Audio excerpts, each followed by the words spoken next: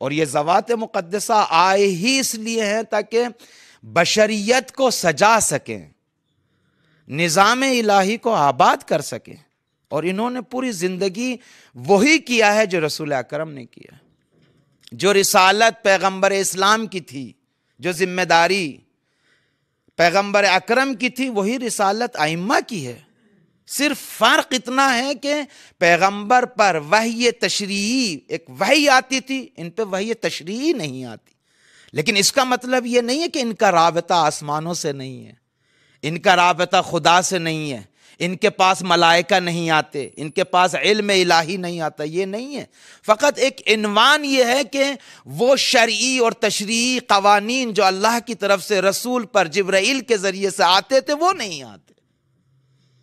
بس شان ان کی عظمت یہ ہے کہ جو پیغمبر اسلام پر نازل ہوا ہے جبرائیل کے ذریعے سے، یہ بشریت کے لیے، انسانوں کے لیے ان کو بیان کرتے ہیں، تبیین کرتے ہیں، اور اس کی حفاظت کرتے ہیں، اور بشریت کی اس شریعت کے ذریعے سے ہدایت کرتے ہیں۔ ان کی شان یہی ہے۔ لہذا اگر آپ سلسلہ ہدایت کو دیکھیں، ہر دوسرا ہادی پہلے والے کو تکمیل کرنے کے لیے آیا ہے، ہر دوسرا ہادی پہلے والے کی ذمہ داریوں کو پورا کرنے کے لیے آیا، ہر دوسرا بندہ پہلے والے کو باقی رکھنے کے لیے آیا۔ یہ شان ہے، یہ طہارتوں کی شان ہے، یہ پاکیزگیوں کی شان ہے، یہ حقانیت کی شان ہے کہ حقانیت کا ایک ملاک یہ ہے کہ ہر دوسرا والا پہلے والے کو بچانے کے لیے آتا ہے۔ لہذا تاریخ میں اگر دونوں شجروں کو آپ دیکھنا چاہیں، شجرہ طیبہ کو دیکھیں، شجرہ خبیثہ کو دیکھیں، شجرہ خبیثہ نے ہر دوسرے نے پہلے والے کو باطل کیا ہے، لیکن شجرہ طیبہ نے ہر دوسرے والے نے پہلے والے کی حقانیت کو ثابت کیا ہے۔ یہی وجہ ہے کہ چونکہ شجرہ خبیثہ میں ہر دوسرے والا پہلے والے کو باطل کرتا ہے، ختم کرتا ہے، لہٰذا وہ شجرہ ابتر کہلاتا ہے، لیکن شجرہ طیبہ میں ہر دوسرے والا پہلے والے کو حقانیت کو ثابت کرتا ہے، وہ شجرہ کبھی ابتر نہیں ہوتا، ہمیشہ باقی رہتا ہے، روز قیامت تک باقی رہے گا۔ اور واحد وہ شجرہ طیبہ کہ جو قیامت تک باقی رہے گا، وہی شجرہ طیبہ ہے، اہل بیت و نبوت و امامت ہے، اور یہ شجرہ کبھی ختم ہونے والا نہیں ہے، یہ سلسلہ ختم ہونے والا نہیں ہے۔ اس کا دائرہ اتنا وسیع ہے کہ خداوند متعال کے پیغام کے مطابق جو اللہ نے دین اپنے نبی پر اتارا ہے، اس کے مطابق اس شجرے کو ان طہارتوں سے جوڑا ہے، ان پاکیزگیوں سے جوڑا ہے، نہ سیاہ ہونے سے، نہ کالا ہونے سے، نہ ملتوں سے، نہ فلاں قوم سے جوڑا، بلکہ پاکیزگی سے جوڑا۔ جو بھی دین کے دائرے میں صحیح آتا چلا جائے گا، اس شجرے سے جڑتا چلا جائے گا۔ یہ بہت خوبصورت ہے۔ لہٰذا جو بھی پاکیزہ ہوتا چلا جائے، جو بھی تقی ہوتا چلا جائے، جو بھی نقی ہوتا چلا جائے، وہ شجرے میں آتا چلا جاتا ہے۔ لیکن شجرہ خبیثہ میں کیا ہے؟ وہ روز بروز ابتر ہے، ہر دوسرے والا پہلے والے کے لیے کلہاڑا لیے کھڑا ہے۔ اور یہ بہترین تعلیم ہے حقانیت کی اور حق کی اور دین کی اور اس شجرہ طیبہ کی۔ اگر چاہتے ہیں ہم بھی اس شجرہ طیبہ کی مدد کرنا، ہمیں پہلے والے کو باطل نہیں کرنا ہے، اپنے اعمال سے، رفتار سے، کردار سے، اپنے علم کے ذریعے پہلے والے کی حقانیت کو ثابت کرنا ہے۔ یہ ہماری ذمہ داری بنتی ہے اگر ہم اس مشرب پہ چلنا چاہتے ہیں، اگر ہم اپنے لیے وجود سعادت چاہتے ہیں دنیا اور آخرت میں، تو یہ ہماری ذمہ داری بنتی ہے۔ ایسا نہیں ہے کہ آپ بوئیں کچھ اور، کاٹے کچھ اور، اگائیں کچھ اور، لیکن کاٹیں کچھ، ایسا کچھ نہیں ہوتا۔ عقل کہتی ہے جس طریقے کے کردار کو وجود میں ڈھالیں گے، ویسی ہی شخصیات سے جڑتے چلے جائیں گے جن کا وہ کردار ہے۔ یہ دین کہتا ہے۔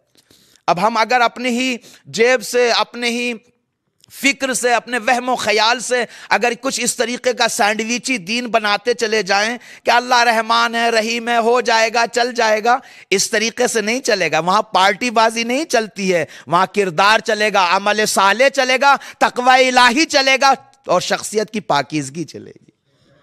جب تک پاکیزگی نہ ہو وجود میں، پاکیزہ شخصیات سے جڑنا ممکن نہیں ہے. یہ بہت ضروری ہے. یہ سیم وہی ہے جو شفاعت کے معنی میں علماء بیان کرتے ہیں.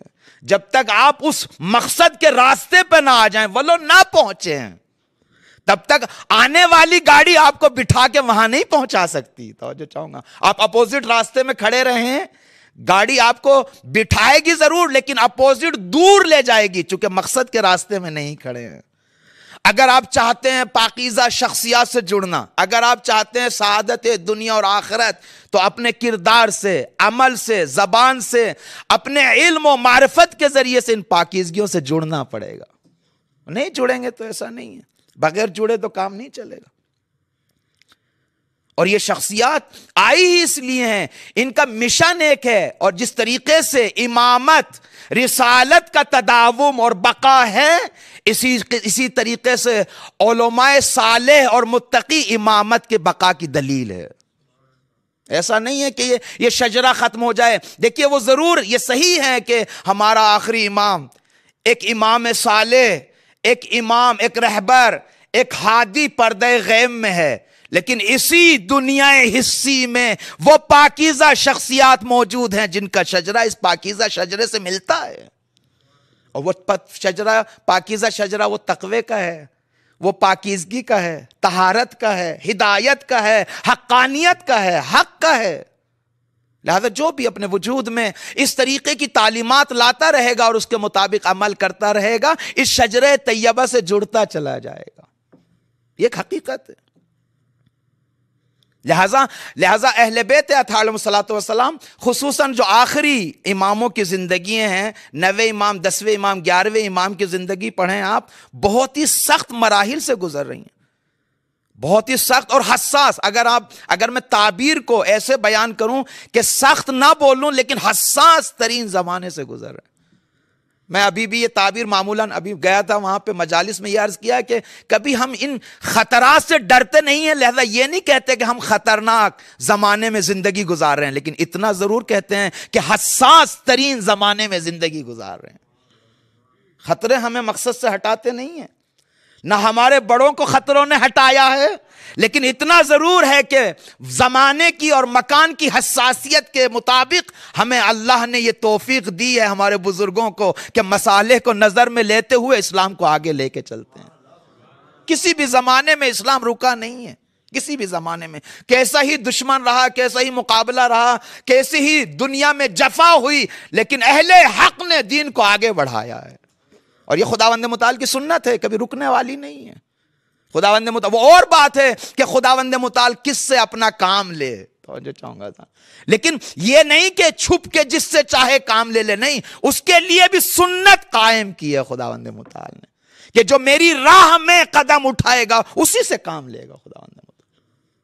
اگر چاہتے ہیں کہ خداوند متعال کے کاموں کو انجام دینا، اگر چاہتے ہیں اس شجرہ طیبہ کو آگے بڑھانا، اگر چاہتے ہیں نظام الہی کو آباد کرنا، اگر چاہتے ہیں بشریت کی خدمت کرنا، اگر چاہتے ہیں ان پاکیزہ ہستیوں کی خدمت کرنا، تو ضروری ہے کہ ان کی تعلیمات کو حاصل کریں اور انہی کے کردار کو اپنے وجود میں ڈھالیں. بس یہی راستہ ہے، باقی کوئی راستہ نہیں ہے. حق کا ایک ہی راستہ ہے، باطل کے بہت سارے راستے ہو سکتے ہیں. حق کا ایک ہی راستہ ہے، وہ ہے اہل بیت اطہار علیہم الصلوۃ. لہذا آپ 9ویں امام اور 10ویں اور 11ویں امام کی زندگی کا مطالعہ کریں، اس زمانے کا مطالعہ کریں، کس طریقے کی مشکلات تھیں، سختیاں تھیں. ایک طرف اس نظام کو پیش کرنا تھا کہ جس نظام میں آخری امام کو پردہ غیب میں رہنا ہے. ایسا نہیں ہے کہ معجزہ کیا جائے، ایک دم سے قوم کو تیار کیا جائے، نہیں، اپنی تعلیمات کے ذریعے سے وہ سسٹم قائم کرنا ہے جس سسٹم کے ذریعے سے امت اور قوم امام معصوم سے عالم صالح کی طرف رجوع کر سکے. یہ سسٹم اہل بیت اطہار علیہ الصلوۃ والسلام نے. لہٰذا وہ تعبیریں پڑھیں کس طریقے سے وکلا کی طرف اہل بیت نے عالموں کی طرف رجوع ارجا دیا ہے، بھیجا ہے کہ آئیے فلاں کے پاس جائیے، فلاں کے باوجود اس کے عجیب ہے واقع تاریخ کے واقعات تاریخ میں جو پایا جاتا ہے عجیب ہے، باوجود اس کے کہ آنے والے معصوم کے پاس آ گئے، اپنے سوالوں کو پیش بھی کرنے لگے، لیکن حضرت نے انکار کیا ہے. عجیب ہے، عجیب نہیں ہے. جواب دیتے تھے حضرت، آنے والے کے جوابات دے دیتے، لیکن پھر بھی کہہ رہے نہیں فلاں شہر میں ہمارا نمائندہ ہے، ان سے جا کے پوچھئے، جو وہ کہیں گے وہ ہمارا قول ہوگا. یہ کیا ہے؟ اب آپ سے میں سوال کرتا ہوں کہ امام نے یہ کہا ہے کہ جو وہ بولیں گے وہ ہمارا قول ہے، یعنی معصوم ہے وہ؟ یہ تو نہیں سمجھ میں آتا. اتنا ضرور سمجھ میں آتا ہے کہ ہم ان کو اتنی حجیت دیتے ہیں، ان کو اتنا اعتبار دیتے ہیں کہ ہدایت کے راستے میں جو وہ بولیں گے گویا کہ ہم بول رہے ہیں. اس کا مطلب یہ ہے. ورنہ معصوم کسی کو حجت نہیں بناتا ہے، معصوم کسی کو معصوم نہیں بناتا ہے، بلکہ معصوم اس کو اعتبار دیتا ہے. ایک سسٹم قائم کر رہے ہیں، ایک نظام قائم کر رہے ہیں. جب معصوم تین معصوموں نے اس نظام کو قائم کیا اور امت کی اس طریقے سے تربیت کی ہے کہ ہزاروں سال ایسا ہوگا کہ معصوم پردہ غیب میں ہوگا اور یہ قوم ایسا نہ ہو کہ بغیر سرپرست کے رہ جائے. امام حسن عسکری علیہ السلام کی ایک صلوات بھیجے محمد آل محمد پر.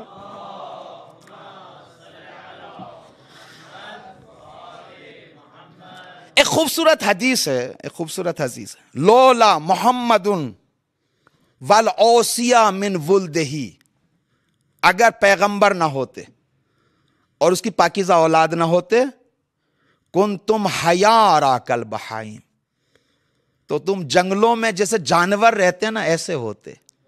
نہ سجدہ کرنے کا سلیقہ آتا، نہ زندگی انسانی کا سلیقہ آتا، نہ اجتماعی معاشرے میں رہنے کا سلیقہ آتا، نہ آداب آتے، نہ کس طریقے سے خدا کو پکارا جاتا ہے وہ آتے. اب سوال یہ ہے کہ یہ اس وقت تک صحیح ہے کہ جب تک اہل بیت موجود ہیں، معاشرے میں پیغمبر اسلام موجود ہیں، اور جب وہ موجود نہ ہو ظاہری صورت میں تو کس طریقے سے ہم اس حیوانیت سے باہر نکلے انسان بنے. اس کا ایک ہی طریقہ نظام قائم کیا ہے، وہ ہے صالح علماء کا نظام جو اہل بیت نے قائم کیا. صالح علماء ہمیشہ انسان کو سعادت کی طرف بلاتے ہیں، اور معیار بھی یہی ہے. اگر کسی کے ہدایت سے، کسی کی گفتگو سے، کسی کی بیان سے ہدایت چھلک رہی ہو تو سمجھ لیجئے یہ عالم صالح ہے. اور اگر اس کے وجود میں ایک بات اب میں عرض کروں، میری بات سنیں، دیکھیں یہ جو انسان کا قلب ہے، چونکہ یہ بات آ گئی تو اس لیے عرض کر رہا ہوں، یہ انسان کا جو قلب ہے ایک ایسا نشیب ہے کہ جس میں مختلف سوراخوں سے ہر چیز اس کے اندر جا رہی ہے. یہ سیم ایسے ہی ہے جیسے ایران میں جو سڑکیں آپ دیکھتے ہیں، سڑک کے بیچ میں ایک نشیب ہوتا ہے. آپ کے مدرسے کے سامنے ہے، چاروں طرف سے پانی ڈھل کے کہاں جاتا ہے؟ اس نشیب میں. اللہ گندگی بھی ہو تو پانی کے ذریعے وہیں جا رہی ہے، تو نشیب چاروں طرف سے اسی کے اندر جاتا ہے. یا مثلا ڈسٹبینیں رکھتے ہیں آپ لوگ، ڈسٹبین رکھتے ہیں نہیں؟ ڈسٹبین پہلے ایسا ہوتا تھا ایک ہی طریقے کی ایک ہی ڈسٹبین ہوتی تھی، ہر چیز اس میں ڈالتے تھے، خشک چیز بھی، فلاں چیز بھی، اور جو چیز بھیگی ہوئی ہوتی تھی وہ بھی ڈالتے تھے، لہذا جلدی بدبو ہو جاتی تھی. لیکن آج کی ماڈرن دنیا میں جائیے آپ، ڈسٹبینیں مختلف رکھی ہوئی ہیں، 2 یا 3 4، 2 یا 3 4. کیوں بھائی؟ اس ڈسٹبین میں ایک خشک چیز ڈالیے، اس میں بھیگی ہوئی چیز ڈالیے، اس میں فلاں چیز، اس میں کاغذ ڈالیں گے، اس میں. یہ کیوں مختلف ہے؟ کہا اس لیے کہ اگر سب کو اکٹھا ڈالا تو بدبو ہو جائے گی.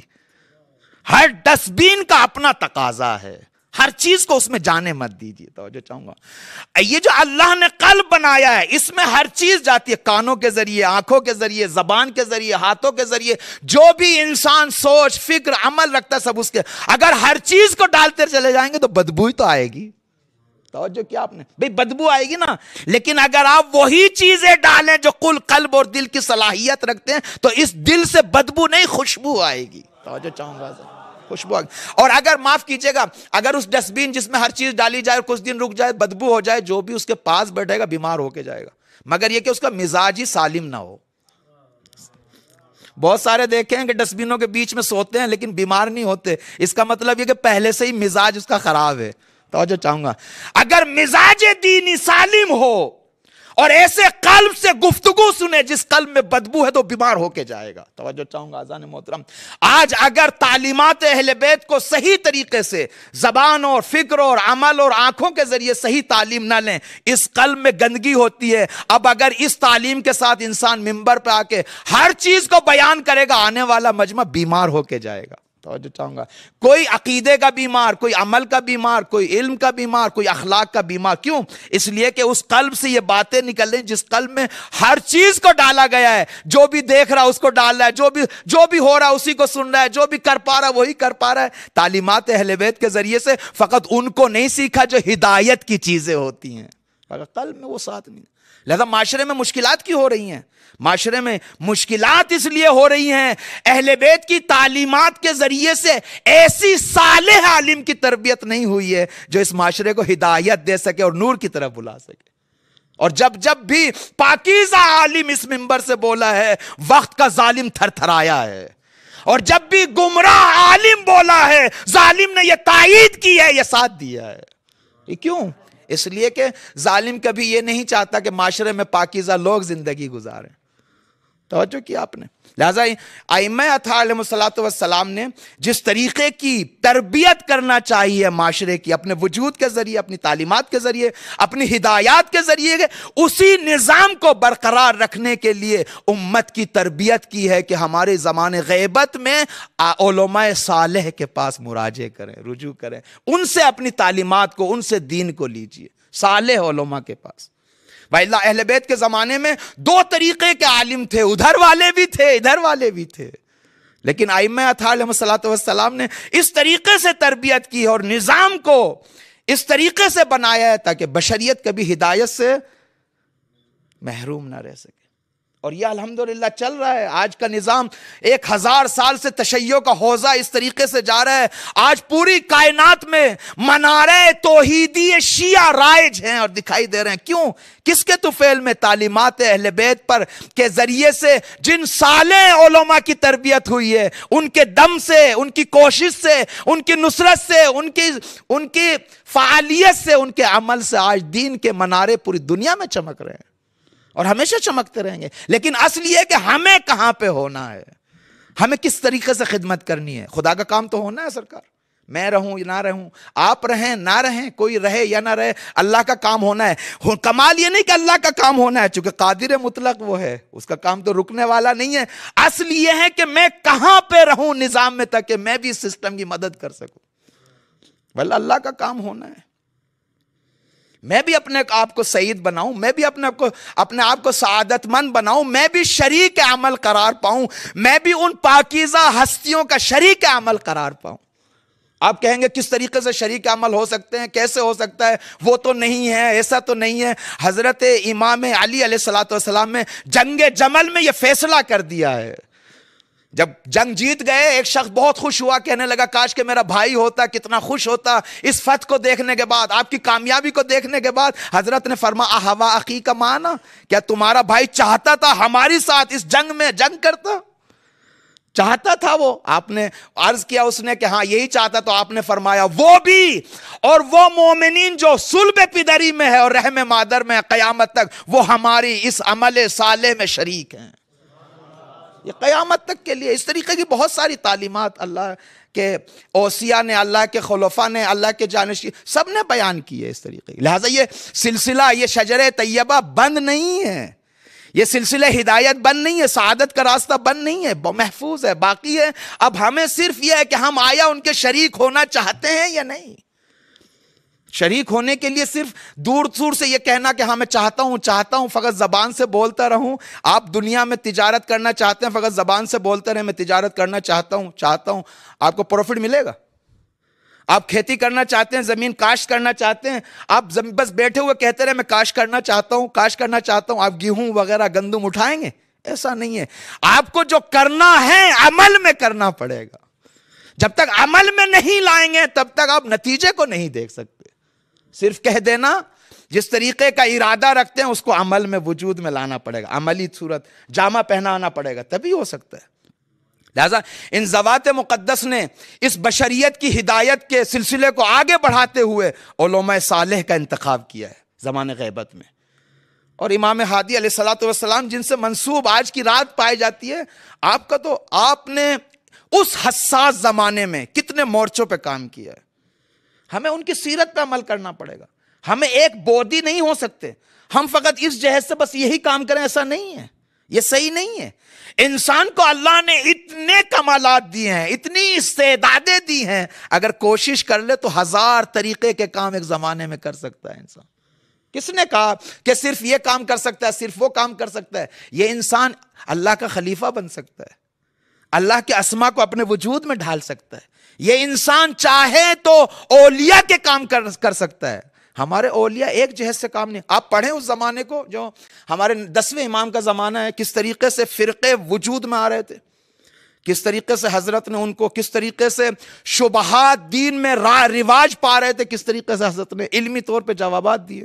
آپ جائے جبر و تفویض کی بحث کو پڑھیے، آپ خداوند متعال جسم رکھتا ہے اس بحث کو پڑھیے، آپ کس طریقے سے کلامی گفتگو کو اللہ کے اس نمائندے نے کس طریقے سے حل و فصل کیا، کیسے خدمت کی. ایک وادی ہے بہت بڑی، وہ فرقے واقفیہ، وہ دوسرے فرقے جو امام کاظم علیہ الصلوۃ والسلام کے زمانے میں وجود میں آئے، یہ وہ زمانہ تھا ہمارے 10ویں امام کا جس میں اوج پہ تھے یہ سارے فرقے، سب کا مقابلہ کر رہے تھے.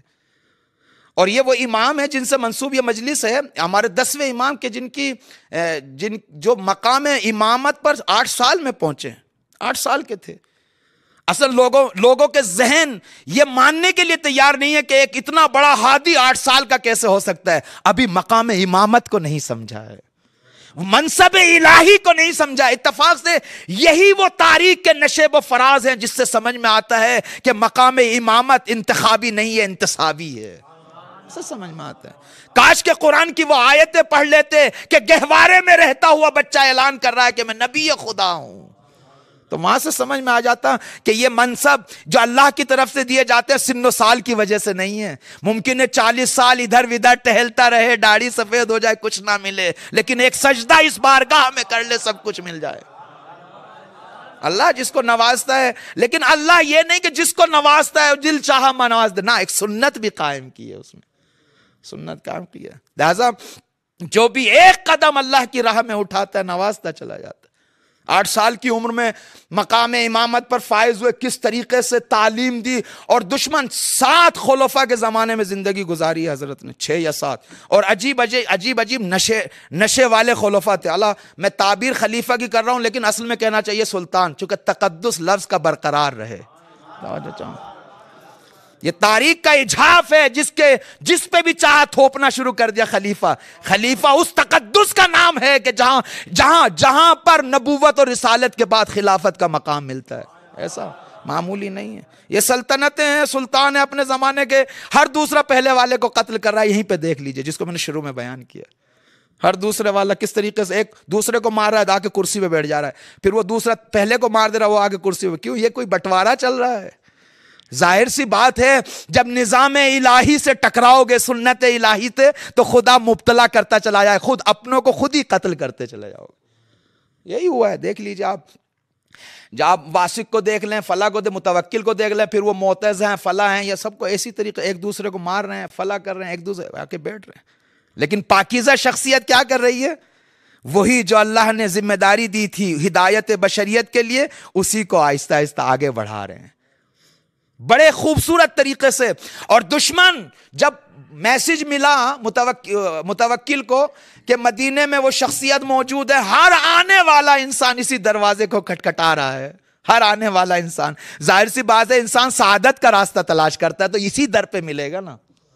اگر کسی کو مال چاہیے، شہرت چاہیے، فلاں چاہیے، تو وہ ادھر جاتا. توجہ چاہوں گا اذان محترم، کیوں مدینے میں آگے انہی کا دروازہ کھٹکھٹا رہے ہیں؟ چونکہ جانتے ہیں کہ باب اللہ یہی ہے، اگر ہدایت ملے گی تو اسی دروازے سے ملے گی. لہذا اسی سلسلے تعلیم کو حضرت نے آگے بڑھایا، اور کس طریقے سے آپ کو مدینے کے آس پاس بھی زندان میں رکھا، اور پھر کس طریقے سے سامرہ لے جا گئے. مفصل تاریخ ہے. اس عجیب ماحول میں حضرت نے کس طریقے سے خداوند متعال، دیکھیے اب خداوند متعال کی یہ سنت ہے کہ جس کی وہ حفاظت کرتا ہے، جس کی وہ عزت کراتا ہے، کس طریقے سے عزت کراتا ہے، اور کس طریقے سے اس کے وجود میں ہیبت ڈالتا ہے کہ ہر انسان اس کے سامنے، یہ بڑے کتنے واقعات ہیں تاریخ میں، معجزات بھی ہیں، واقعات بھی ہیں، بہرحال میں ان کو پڑھنا نہیں چاہتا لیکن مختصر اشارہ کرنا چاہتا ہوں۔ متوکل سے کہا کہ جب بھی یہ بنی ہاشم کا جوان جب بھی تمہارے یہاں آتا ہے تو لوگ اٹھا کے کھڑے ہوتے ہیں، دروازے کھولتے ہیں، فلاں کرتے ہیں، فلاں کرتے ہیں، کیا ضرورت ہے؟ پردہ ہٹاتے ہیں، چونکہ یہاں پردے ہوتے تھے، پردے ہٹاتے ہیں، جب تک وہ ورود نہ کرے پردہ لیے کھڑے رہتے ہیں۔ تو متوکل سے کہا اگر ہو سکے تو تم عزت تو نہ دو، توجہ چاہوں گا، متوکل نے اپنے درباریوں سے کہا ان کے لیے پردہ نہ ہٹاؤ، فلاں نہ کرو، رہنے دو۔ لیکن جب اللہ کا یہ نمائندہ آتا ہے، اللہ جس کو عزت دیتا ہے ہر جگہ پہ نوازتا ہے۔ تاریخ میں ملتا ہے، سب نے لکھا ہے، شیخ عباس قمی نے بھی لکھا ہے کہ حضرت جب وارد ہونے لگے دشمن نے پردہ نہیں ہٹایا، اللہ نے ہوا چلائی، پردہ ہٹنے لگا۔ یہ مت سوچئے کہ خدا کے ہاتھ بندھے ہوئے ہیں، اور یہ بھی مت سوچئے خدا اپنا کام کرانے کے لیے فوج بھیجتا ہے، نہیں، للہ جنود السماوات والارض، پوری کائنات اللہ کی سپاہی ہے، جب آتے ہیں تب بھی پردہ ہٹتا ہے، جب جاتے ہیں تب بھی پردہ ہٹتا ہے۔ یہ نظام ہے، کتنا خوبصورت نظام ہے، لیکن کب، کس کے لیے؟ آج یہ تو فقط معصوم کے لیے ہے سرکار، ہمارے لیے تھوڑے ہی ہے۔ کس نے کہا؟ کس نے کہا فقط معصوم کی؟ کیا خدا بخیل ہے؟ کیا خدا کے ہاں کمی ہے؟ کیا خدا کے جود میں کمی ہے؟ کیا خدا کریم نہیں ہے؟ خدا نے ایک نظام، سنت بنائی ہے کہ جو ہمارے لیے قدم اٹھائے گا ہم اس کے لیے پردے اٹھاتے چلے جائیں گے۔ آپ اٹھا کے دیکھیں قدم، کیا آج نہیں ہو رہا ہے؟ آج دیکھ لیجئے، جس نے اللہ کی راہ میں اس بشریت کے لیے خدمت کی ہے، پوری تاریخ اس قرن میں اس کو یاد کر رہی ہے۔ یہ شہرتیں ایسے نہیں کہ انسان کرا رہا ہے، وہ ایک دستگاہ، ایک حکومت کرا رہی ہے، ایک چند دن چلتی ہے، بقا اسی میں رہتی ہے جو خدا کرتا ہے۔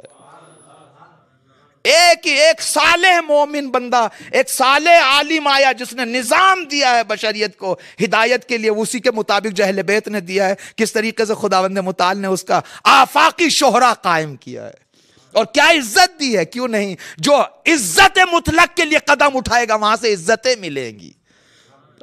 امام ہادی علیہ السلام، اور اس طریقے سے، اور میں عرض کر رہا ہوں کہ حساس زمانے میں زندگی گزارتے تھے، حساس زمانے میں اپنوں کی تربیت بھی کرنی ہے، مخالفوں کو جوابات بھی دینے ہیں، وقت کے مختلف چہرے خلیفوں کے آ رہے ہیں، ان کو بھی دیکھ بھال کرنی ہے، کیا کر رہے ہیں وہ، اور کس طریقے سے اپنی تشیع کی حفاظت کر رہے ہیں۔ خوبصورت ہے کس طریقے سے تشیع کی حفاظت کر رہے ہیں۔ تاریخی واقعہ ہے کہ آپ ایک مرتبہ ایک آبادی، ایک گاؤں کی طرف گئے تو ایک شیعہ ملا جو اہل بیت کا چاہنے والا تھا، اور اس نے آنے کے بعد رونا دھونا کر شروع کیا کہ مولا میں تو چاہنے والا ہوں لیکن میری گردن پہ اتنا قرض ہے، فلاں ہے، میں کہیں سے دے ہی نہیں سکتا۔ تو حضرت کس طریقے سے اپنوں کی خدمت کر رہے ہیں۔ ہمارے آج معاشرے میں دیکھ لیں، جیسے ہمارے بزرگوار پڑھتے رہتے ہیں اس چیزوں کو، ہم بھی پڑھتے ہیں لیکن بزرگوں سے بھی سنتے رہتے ہیں، پڑوسی سے بھاگ رہا ہے، فلاں کوئی چیز نہ مانگ لے۔ آج شیعہ کی مدد نہیں کر رہا ہے، مسلمان کی مدد نہیں کر رہا ہے، انسان کی مدد نہیں کر رہا ہے، لیکن عجیب ہے ظالم کی مدد کر رہا ہے۔ اس کے لیے میں بہت ساری، اب ممبر ہے یہاں پہ، میں بہت ساری مثالیں لا سکتا ہوں کہ ظالم کی مدد کر رہا ہے لیکن انسان کی مدد نہیں کر رہا ہے۔ آپ کہیں گے کیا ظالم انسان نہیں ہے؟ نہیں، انسان ہو اور ظلم کرے ایسا نہیں ہو سکتا۔ یہ میں نہیں کہہ رہا ہوں، تعلیمات اہل بیت اطہار علیہ السلام کہہ رہی ہے، لیکن انسان پہ رحم نہیں کر رہا ہے، بڑا چھوٹے پہ رحم نہیں کر رہا، چھوٹے بڑے کا احترام نہیں کر رہا ہے، نہ کسی کی گرہیں کھول رہے ہیں، نہ کسی کا کام آگے بڑھا رہے ہیں، نہ کسی کی نصرت کر رہے ہیں، نہ کسی کی مدد کر رہے ہیں، لیکن معصوم سے سیکھیں کس طریقے سے مدد فرما رہے ہیں۔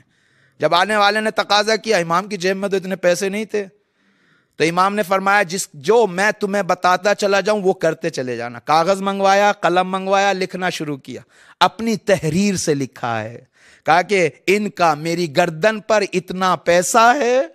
عجیب ہے، کیا ضرورت تھی مولا اس طریقے سے کریں؟ کیا ضرورت تھی؟ یہ مدد کرنے کے طریقے ہیں کہ اگر خود نہ دے سکیں تو جو حق اہل بیت کا دوسروں نے دبایا اس کے ذریعے سے دلا سکے۔ اور یہ اہل بیت کی سیرت میں رہا ہے۔ ایک دن وہی والا جو ادھر والا ہے، اور امام حسین پاس بیٹھے ہوئے تھے فقیر مانگنے کے لیے، مدینے کا واقعہ ہے، امیر شام آیا ہوا ہے، حضرت بھی بیٹھے ہوئے ہیں، فقیر مانگ رہا ہے، جب نہیں دیا تو حضرت نے، اس نے کہا کہ آپ سفارش کر دیجئے، حضرت نے کہا دے کیوں نہیں دیتے، دے دیجئے۔ جب دے دیے تو قصیدہ حسین کا پڑھنا شروع کیا، سامنے والے کہا، سامنے امیر شام کو غصہ آیا، یہ کیا بات ہے، دیا ہم نے ہے اور تم قصیدہ ان کا پڑھ رہے ہو، اس لیے کہ لینے والا جانتا ہے کہ اس نے اپنی جیب سے کب دیا ہے. توجہ چاہوں گا ذرا. جیب سے وہ دیتے ہیں جو محنت اور زحمت کے ساتھ کماتے ہیں. جس نے امت اور قوم کا مال لوٹ کے بڑے بڑے پیٹ بنائے ہیں، اس سے دینے کو ہم دینا نہیں کہتے. یہی کام حضرت نے اپنی تحریر دی اور بولا کہ جب میں پہنچ جاؤں شہر میں اور وہاں پہ سب بیٹھے ہوئے ہوں، یہ تحریر لے کر آنا، اور جس لب و لہجہ میں سمجھا رہا ہوں، جو لب و لہجہ، اسی لب و لہجے میں تقاضا کرنا. بے ادبی تھی لب و لہجے میں. کہا نہیں، ہم کہہ رہے ہیں کہ اسی لب و لہجے میں مانگنا. دروازے سے آئے، فوراً دکھائی تحریر. آپ میرے پیسے نہیں دیتے، آپ اتنا ٹائم ہو گیا، فلاں ہو گیا، یہ ہو گیا، جو بھی تعبیر ہو سکتی تھی. آواز خلیفہ تک پہنچی، 30,000 درہم ادھر سے آئے. پھر بعد میں حضرت کے پاس آئے، حضور نہ اتنا قرض تھا نہ فلا تھا. کہ نہیں، تم ہمارے چاہنے والے ہو، اپنا قرض بھی دیجئے، اپنے اہل و عیال کا خیال بھی رکھیے. یہ مدد کرنے کا طریقہ ہے. ہمیں یہ سیرتیں نہیں سیکھنی ہے، ہمیں اہل بیت کے نقش قدم پہ نہیں چلنا ہے. اگر نہیں چلنا تو مت سیکھیے، اور اگر چلنا ہے تو سیکھنا بھی پڑے گا، اور اس سنت کو آگے بھی بڑھانا پڑے گا. اور یہ الہی سنت ہے، یہ پاکیزہ شخصیات کی سنت ہے. جس طریقے سے آگے بڑھے امام ہادی علیہ السلام. عرض کر رہا ہوں پھر دوبارہ اسی بات کو، اسی نقطے کو عرض کرنا چاہوں. اس ایسے حساس زمانے میں وقت زندگی گزار رہے تھے، جس زمانے میں فرقے شباب پہ آ رہے تھے، خلفاء کے چہرے یا سلاطین کے چہرے بدل رہے تھے، سیاستیں مختلف ہو رہی تھی، ادھر اور ادھر سے حملے ہو رہے تھے. لیکن اس پاکیزہ شخصیت نے دین کو اس خوبصورتی کے ساتھ آگے بڑھایا، اور ایسے نظام کو برپا کیا کہ 1000 سال گزرنے کے بعد بھی آج بھی انسانیت اپنی ہدایت کی راہ پہ چل رہی ہے. یہ انہی کا طفیل ہے، انہی کا صدقہ ہے. اور جس طریقے سے تفسیر کی ہے حضرت نے، آپ دیکھیں، اگر پیغمبر نے یہ فرمایا انی تارکم فیکم الثقلین کتاب اللہ و عترتی اہل بیتی، ہم تمہارے درمیان 2 چیزیں چھوڑے جا رہے ہیں، ایک قرآن، ایک کتاب، ایک اہل بیت، کہ جو ثقل ہیں ایک دوسرے کے لیے، ہمراہ ہیں، دونوں ایک دوسرے کے قرین ہیں. تو دونوں کے لیے تفسیر کی ضرورت ہے. امت مسلمہ لگی ہوئی تفسیر کرنے کے لیے. قرآن کی تفاسیر معصومین نے بھی کی ہے، علماء نے بھی کی ہے، امت نے بھی تفسیر کی ہے. اگر قرآن صامت کے لیے تفسیر کی ضرورت ہے، قرآن ناطق کو سمجھنے کے لیے بھی تفسیر کی ضرورت ہے. لیکن کون تفسیر کرے گا؟ دیکھیے، قرآن صامت کی تفسیر اگر نااہل سے لی تو گمراہی سامنے آتی ہے. تاریخ اٹھا کے دیکھ لیجئے، 1400 سال سے کس طریقے سے امت مسلمہ میں گمراہی کیسے ڈگمگا رہی، کیسے چھا رہی ہے، کیسے بادلوں کی طریقے سے، کس طریقے سے امت مسلمہ پریشان ہے. یہ کیوں ہے؟ اس لیے کہ اس قرآن صامت کی تفسیر ضرور کی گئی ہے، لیکن اہلوں نے کم کی ہے، نا اہل سے زیادہ لی گئی ہے. توجہ چاہوں گا میں ایک چیز کی طرف اشارہ کرنا چاہتا ہوں. جس طریقے سے قرآن صامت کی تفسیر کو نا اہل سے لیا تو امت گمراہ ہونے لگی. قرآن ناطق کی تفسیر بھی اگر نا اہل سے لیں گے تو امت گمراہ ہوگی. یہ حقیقت ہے. جس طریقے سے نااہل کو اجازت نہیں ہے قرآن ناطق کی تفسیر کرنے کی، اسی طریقے سے قرآن ناطق کی تفسیر کرنے کی نااہل کو بالکل اجازت نہیں ہے. اپنی طرف سے بیان کرنا، خدا بنا دینا، فلا کر دینا، یہ اس لیے اجازت نہیں ہے چونکہ یہ اہل نہیں ہے. توجہ چاہوں گا. لہٰذا کوئی تو نظام بنے جس نظام کے ذریعے سے، جس طریقے سے قرآن ناطق کی تفسیر کی گئی ہے، قرآن صامت کی، قرآن ناطق کی بھی تفسیر کی جائے. اور اگر تاریخ میں منظم دیکھنا چاہتے ہیں کہ کب قرآن ناطق کی تفسیر ہوئی ہے، امام ہادی کے زمانے میں ہوئی ہے. یہ میں عرض کر رہا ہوں، علماء نے بیان کیا، میں علماء سے بیان کر رہا ہوں جو انہوں نے بیان کیا ہے. اہل بیت اطہار، آپ اماموں کی سیرت کو پڑھیں، اماموں کی زندگی کو پڑھیں. کچھ آیتوں کی اماموں نے تفسیر کی، کچھ مثلا امام حضرت علی نے تفسیر کی، امام حسن، امام حسین نے آیات قرآن ناطق کی صامت کی تفسیر کی ہے. لیکن بچتا کون تھا؟ زمانہ حساس آنے والا تھا. توجہ چاہوں گا، سمجھیں میری بات کو، کیا کہنا چاہ رہا ہوں. چونکہ 11ویں کے بعد جو زمانہ آنے والا تھا بہت حساس تھا. اب 11ویں امام اور اس سے پہلے والوں کی ذمہ داری بنتی ہے کہ قرآن صامت کی تو تفسیر ہو رہی ہے، قرآن ناطق کی بھی تفسیر کریں تاکہ آنے والی نسلیں اپنی جیب سے تفسیر پیش نہ کریں. لہذا خوبصورت، جس آپ متوکل کا زمانہ پڑھیں، جب قبر امام حضرت علی کو کس زمانے میں ڈھایا گیا، کس زمانے میں امام حسین علیہ السلام کی قبر کو منہدم کیا گیا، دیکھیں جا کے. لیکن اب اس وقت کے امام کی ذمہ داری ہے ایسا منشور ولایت پیش کرے، اس طریقے سے قرآن ناطق کی تفسیر پیش کرے. لہذا آئے نجف اشرف میں حضرت امیر کی قبر کے روبرو کھڑے ہو کے زیارت غدیریہ کو انشاء فرماتے ہیں. آپ جا کے مطالعہ کیجئے کس طریقے سے مقام عظمہ ولایت کو پیش کرتے ہیں اور کس طریقے سے اس مقام ولایت عظمہ کی جو فرد ہے جس کے اندر وہ مقام پایا جاتا ہے کس طریقے سے اس کی شان کو پیش کرتے ہیں. اور پھر وہ منشور خوبصورت تفسیر جو انسان کامل کی ہے اور قرآن ناطق کی ہے جو زیارت جامع کبیرہ کی شکل میں یہ امام ہادی علیہ السلام کی دین ہے.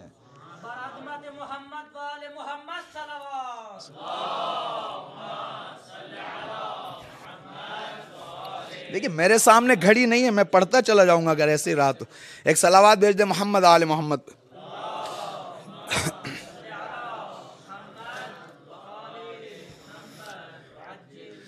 اور معاشرے کو ہمیشہ اہل بیت نے اس کی طرف متوجہ کیا ہے، اہل بیت نے بھی متوجہ کیا ہے اور اہل بیت کے بعد جو صالح علماء ہیں انہوں نے بھی متوجہ کیا ہے کہ کسی کو حق نہیں ہے قرآن کی تفسیر اپنی جیب سے کرنے کی، اپنے مزاج کے مطابق کرنے کی، اپنے وہم و خیال کے ذریعے سے کرنے کی، کسی کو حق نہیں. اور اگر کی ہے تو گمراہی کا راستہ ملتا ہے سامنے. ایسا ہے ہمیشہ تعلیم دی ہے، ہمیشہ تفسیر بی رائے نہ کرو، تفسیر بی رائے نہ کرو. جس طریقے سے قرآن صامت کی تفسیر بی رائے سے منع کیا گیا ہے تو قرآن ناطق کی بھی تفسیر بی رائے سے منع کیا گیا ہے. کیا اہل بیت کی تعلیمات کم ہیں جو شخصیت معصوم کو بیان کرنے میں کم ہوں؟ اہل بیت نے خوب بیان کیا ہے، خصوصاً امام ہادی علیہ السلام نے اس وظیفے کو انجام دیا، اس وظیفے کو انجام دیا اور خوبصورت طریقے سے شجرہ طیبہ امامت کے ان مقامات کو بیان کیا ہے. باب اللہ ہے، قطب نظام ہستی ہے، مسئلہ اعلیٰ ہے، واسطہ فیض ہے، اچھے سے بیان کیا ہے. کیا ہماری فکر میں اتنی طاقت ہے اس سے زیادہ بیان کر سکیں؟ توجہ چاہوں گا. جب اس نے زیادہ بیان کر دیا تو ہمیں اپنی جیب سے بیان کرنے کی کیا ضرورت ہے؟ ہمیں کیا ضرورت ہے؟ ہمیں کیا ضرورت ہے؟ اتفاق سے ان مفاہیم کو بیان کیا، ان عظمتوں کو بیان کیا، ان درجات و مقامات کو بیان کیا کہ معمولی انسان کی فکر قاصر ہے، قاصر ہے. اصلا علماء جب سے حضرت نے زیارت جامع کبیرہ کو انشاء فرمایا ہے علماء لگے ہوئے ہیں، تفاسیر بیان کر رہے ہیں، ابھی تک بھی حق ادا نہیں ہوا ہے. عجیب ہے، کیوں حق ادا نہیں ہوا ہے؟ اس لیے کہ تفسیر کرنے والے اہل ہیں، لہٰذا اپنے مزاج کے مطابق نہیں دین کے مطابق کرنا چاہتے ہیں. اور کیوں دوسرے بکھر بکھر کے اپنی طرف سے امامت کے مقام کو منحرف طور پہ پیش کر رہے ہیں؟ اس لیے کہ اپنی جیب سے پیش کر رہے ہیں، امانت داری میں خیانت کر رہے ہیں. لہٰذا وہ امامت، وہ مقام، وہ منصب جو بشریت کے لیے سعادت لے کر آیا، ہدایت تک پہنچانے کے لیے آیا، اس منصب میں کسی کو حق نہیں ہے اپنے مزاج کے مطابق اس منصب کی تفسیر کرے. حق نہیں ہے. اور شخصیت معصوم اور مقام اور درجہ امامت کو سمجھنا معمولی نہیں ہے، معمولی نہیں ہے. ان کے کردار، ان کے اعمال، ان کی مقام، منزلت، اس کو سمجھنا معمولی نہیں ہے. لیکن راستہ بند نہیں ہے، راستہ بند نہیں ہے. فقط جس طریقے سے، یا میری بات بس چند باتیں آپ کی خدمت میں عرض کرنا چاہتا ہوں، جس طریقے سے قرآن صامت کو سمجھنے کے لیے طہارت کی ضرورت ہے، اتنی سن لیجیے. لا یمسہ الا المطہرون. قرآن جتنے بھی درجات رکھتا ہے، ام الکتاب سے لگا کر لوح محفوظ سے، حتی بالا لے جائیں، اوپر لے جائیں، علم الہی سے لگا کر دفتین قرآن، یہاں تک کسی بھی درجے کو بغیر طہارت کے ٹچ نہیں کر سکتے. کسی درجے کو بھی، کسی بھی درجے کو. فرق فقط یہ ہے کہ اس جسمانی قرآن جو دفتین اور کاغذوں پہ لکھا ہوا ہے، اس کو ٹچ کرنے کے لیے جسم کی ضرورت ہے، تو اس کا بھی پاک ہونا ضروری ہے، وضو کے ذریعے یا غسل کے ذریعے. لیکن اسی قرآن کے دوسرے جو مقامات اور درجات اور مراتب ہیں، ام الکتاب میں ہے، لوح محفوظ میں ہے، نفس کلی میں ہے، علم الہی میں، اس کو اس بدن سے تو ٹچ نہیں کیا جا سکتا حضور، اس کو روح کے ذریعے سے ٹچ کیا جاتا ہے، تو روح کا پاکیزہ ہونا ضروری ہے. یہ قانون ہے، لا یمسہ الا المطہرون. اس کو بغیر طہارت کے ٹچ نہیں کیا جا سکتا. بس اسی کو کہنا چاہتا ہوں، جب اس قرآن صامت کو بغیر طہارت کے بشر ٹچ نہیں کر سکتا، اس امام کو، اس معصوم کو، اس قرآن ناطق کو بھی بغیر طہارت کے مس نہیں کیا جا سکتا. اگر چاہتے ہیں وادی امامت میں آنا، اگر چاہتے ہیں اس کیف حسین میں آنا، اگر چاہتے ہیں اہل بیت کی وادی میں آنا، وجود میں طہارت لانی پڑے گی. نجاستوں سے طہارت کے نزدیک نہیں آیا جا سکتا. یہ بات یاد رہے. اور نجاستیں صرف یہ نہیں جو پانی کے دھلنے سے دھل جائیں، نجاستیں صرف یہ نہیں ہیں جو ظاہری پانی کے دھلنے سے دھل جائیں. بہت ساری نجاستیں ایسی ہیں جو زلال آب ولایت و توحید سے دھلتی ہیں. اس کے ذریعے سے دھونا پڑے گا، آب بندگی کے ذریعے سے. اور خداوند متعال کی جو بھیجی ہوئی شریعت ہے اس کے مطابق زندگی گزارنے کے ذریعے سے وجود میں طہارت آتی ہے. اگر چاہتے ہیں وقت کے امام کے نزدیک ہونا، اگر چاہتے ہیں اس منشور ولایت کو سیکھنا جو امام ہادی نے دیا ہے، وجود میں طہارت لانی پڑے گی. جب تک وجود میں، فکر میں، ذہن میں، عقل میں، دل میں، قلب میں، روح میں پاکیزگی نہیں ہوگی، وقت کے امام کو نہیں پہچان سکتے. یہ ایک حقیقت ہے. ورنہ مت کہیے کہ یہ قرآن ناطق ہیں، یہ علم الہی ہے. جس طریقے سے قرآن صامت علم اللہ ہے، علم اللہ کا علم ہے، اسی طریقے سے قرآن ناطق بھی علم اللہ ہے. حضرت امیر نے فرمایا انا علم اللہ، میں اللہ کا علم ہوں. اور اللہ کا علم بغیر طہارت کے حاصل نہیں. اور یہ علم وہ نہیں ہے جو کتابیں پڑھ کے آتا ہے، یہ علم وہ ہے جو نفس کی طہارت سے آتا ہے، پاکیزگی سے آتا ہے. اور یہ طہارتیں اس وقت ہیں جب ہر طریقے کے طاغوت سے جان چھڑائیں اپنی. میں بتا دوں آپ کو، طاغوت، ہر طریقے کے طاغوت سے، صرف یہ نجاستیں نہیں، صرف لقمہ حرام کھانا نہیں، صرف فلا کرنا نہیں، صرف گناہ کرنا نہیں، بلکہ سب سے بڑا گناہ جو طاغوت ہے اس سے دور رہنے کو طہارت کہتے ہیں. آپ میری بات سمجھ رہے ہیں؟ ہر طریقے کے طاغوت بیٹھے ہوئے ہیں معاشرے میں، استکبار جہانی جو دنیا میں بڑی بڑی طاقتیں اور طاغوت جو توحید سے دور کرتی ہیں، اس کے سامنے کھڑے ہونے کو کہتے ہیں طہارت. ایک مرتبہ طہارت یہ. اگر انسان چاہتا ہے دین کی خدمت کرنا، اگر چاہتا ہے معصوم سے، امام ہادی سے، وقت کے امام سے نزدیک ہونا چاہتا ہے، تو ضروری ہے وجود میں طہارت ڈھالے. اور خوبصورت طہارت یہ من یکفر بالطاغوت و یؤمن باللہ، کفران اور ڈٹ جائے طاغوت کے سامنے اور ایمان توحید پر لائے. جب تک طاغوت میں مبتلا ہے توحید وجود میں نہیں آ سکتی. لہذا اللہ نے اس کو مقدم کیا ہے اور یومن باللہ کو بعد میں لے کر آئے. ہو نہیں سکتا کہ کہیں پہ طہارت، نجاست اور طہارت آ جائے. پہلے اس کو شستشو اور دھوئیے، تب اس کو مزین کیجئے ایمان سے. لہذا وجود کو توحیدی بنائیے، مزاج کو توحیدی بنائیے. اور واقعاً اس قرآن ناطق سے کو پہچاننے کے لیے اور اس کے قرب میں جانے کے لیے، اس سے وصال پانے کے لیے، اس کو سمجھنے کے لیے، اس وادی میں آنے کے لیے طہارت وجود میں آئے. اس کے علاوہ ہو نہیں سکتا. امام ہادی علیہ السلام خوبصورت ہے کس طریقے سے. اور یہ وہ شخصیات ہیں خداوند متعال نے کیا مقام دیا ہے، کیا عزت دی ہے. دشمن سازش کرتا ہے، بس آخری باتیں عرض کر رہا ہوں چونکہ امام سے منسوب یہ مجلس ہے. دشمن سازش کر رہا ہے دربار میں بیٹھے ہوئے، ایک دوسرے سے کہہ رہا ہے اس کے سامنے کیوں کھڑے ہوتے ہو، تم کیوں کھڑے ہوتے ہو. وہ اس سے کہہ رہا تم کیوں کھڑے ہوتے ہو. کہا توافق کر لیتے ہیں، سب مل کے کھڑے نہیں ہوں گے. سب مل لیے، کہا بالکل کھڑے نہیں ہو جائیں، کچھ بھی ہو جائے. لیکن جب یہ اللہ کا پاکیزہ بندہ آیا، اقتدار اور ہیبت دے کے اللہ نے جو رکھی ہے، ہیبت اور اقتدار اتنا رکھا ہے، آنے والا آیا کھڑا ہونا پڑا.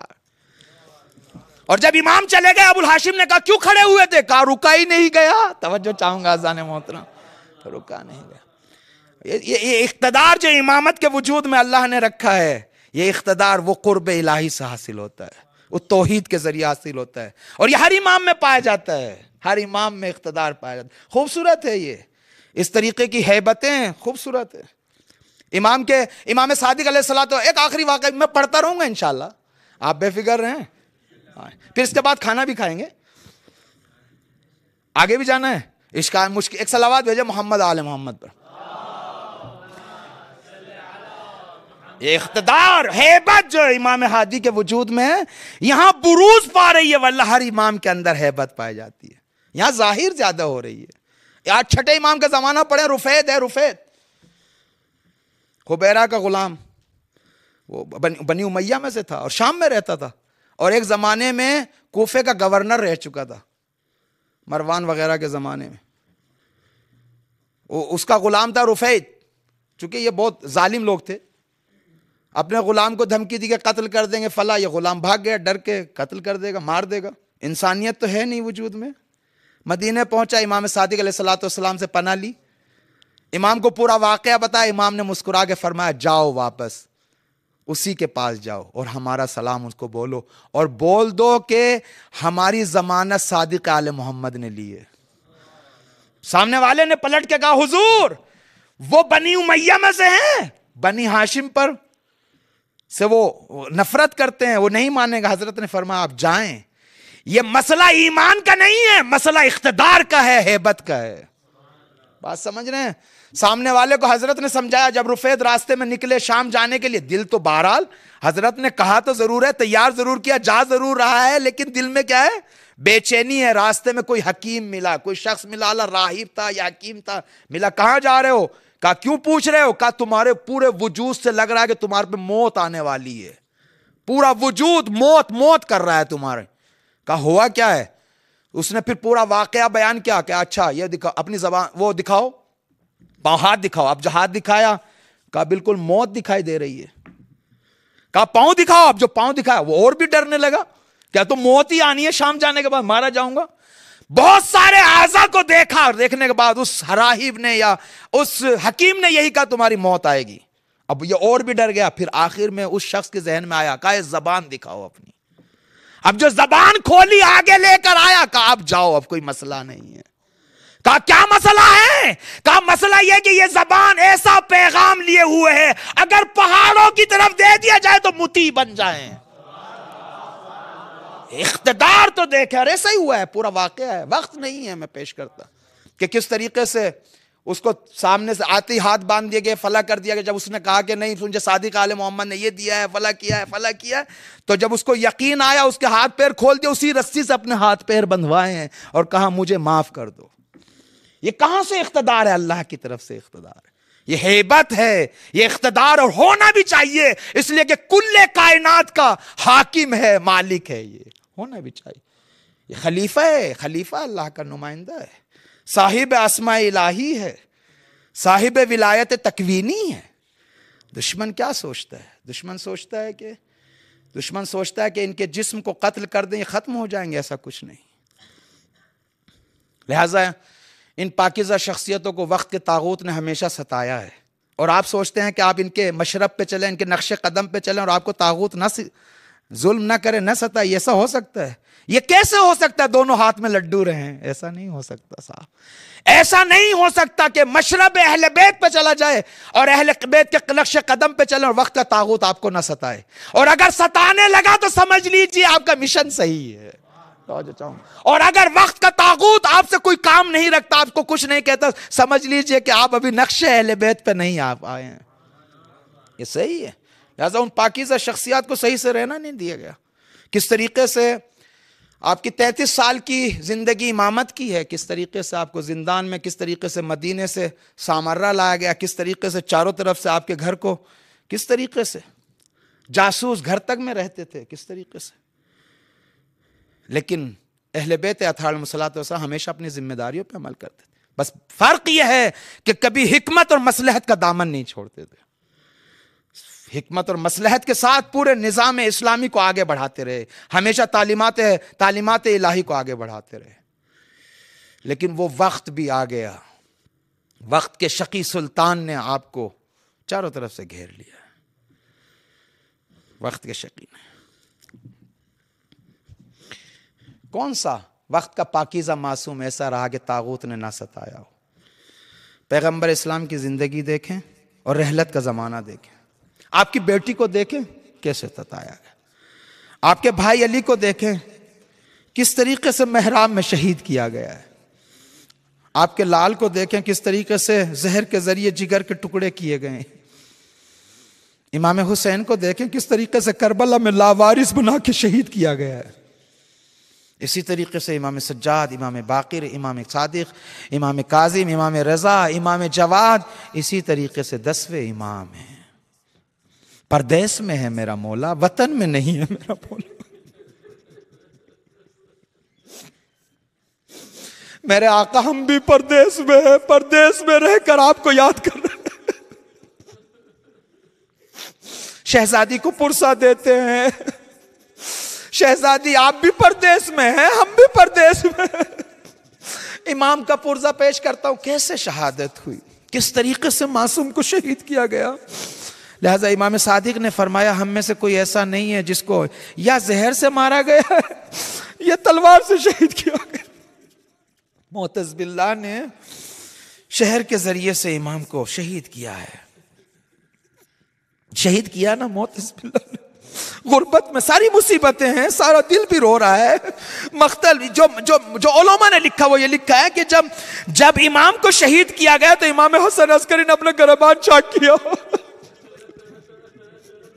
سامنے والوں نے اعتراض بھی کرنے شروع کیا، مولا کو جواب دینا پڑا، مظلومیت تو دیکھے، لیکن گریبان چاک کیا، غسل و کفن دیا، غم منایا، مصیبت پر روئے، کسی نے تازیانہ تو نہیں لگایا،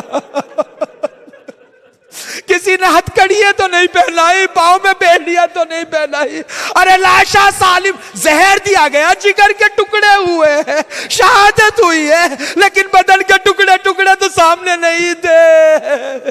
لیکن امام حسن نے فرمایا یا ابا عبداللہ لا یوم کا یوم کا یا ابا عبداللہ، کوئی دن تیرے دن جیسا نہیں ہے۔ امام سجاد کھڑے ہوئے ہیں، سامنے بابا کا لاشا ہے، جسم کے ٹکڑے ٹکڑے ہیں۔ ایک مرتبہ بیٹا دیکھ رہا ہے، کیا گزر رہی ہوگی دل پر۔ زینب کبریٰ نے دیکھا، دوڑی ہوئی پاس آئی، سید سجاد یہ کیا حال دیکھ رہی ہو؟ کہا پھوپھی اماں دیکھ نہیں رہی۔ ارے اس نے اپنے نجسہ کشتہ کو دفن کر دیا، میرے بابا کا لاشا آسمان کے نیچے تپتی ریت پر بے لباس پڑی ہے۔ ایک مرتبہ پھوپھی نے دلاسا دیا، لیکن پھوپھی کا بھی بھائی تھا، بھیا کے لاشے پہ پہنچی، چاروں طرف گھومنا شروع، مدینے کا رخ کیا، یا جدہ صلی اللہ علیہ ملائکۃ، اے میرے جد تجھ پر آسمان کے ملائکہ سلام بھیجے، میرا بھائی خون میں غلطا، بدن کے ٹکڑے سرزمین کربلا پر پڑا ہوا۔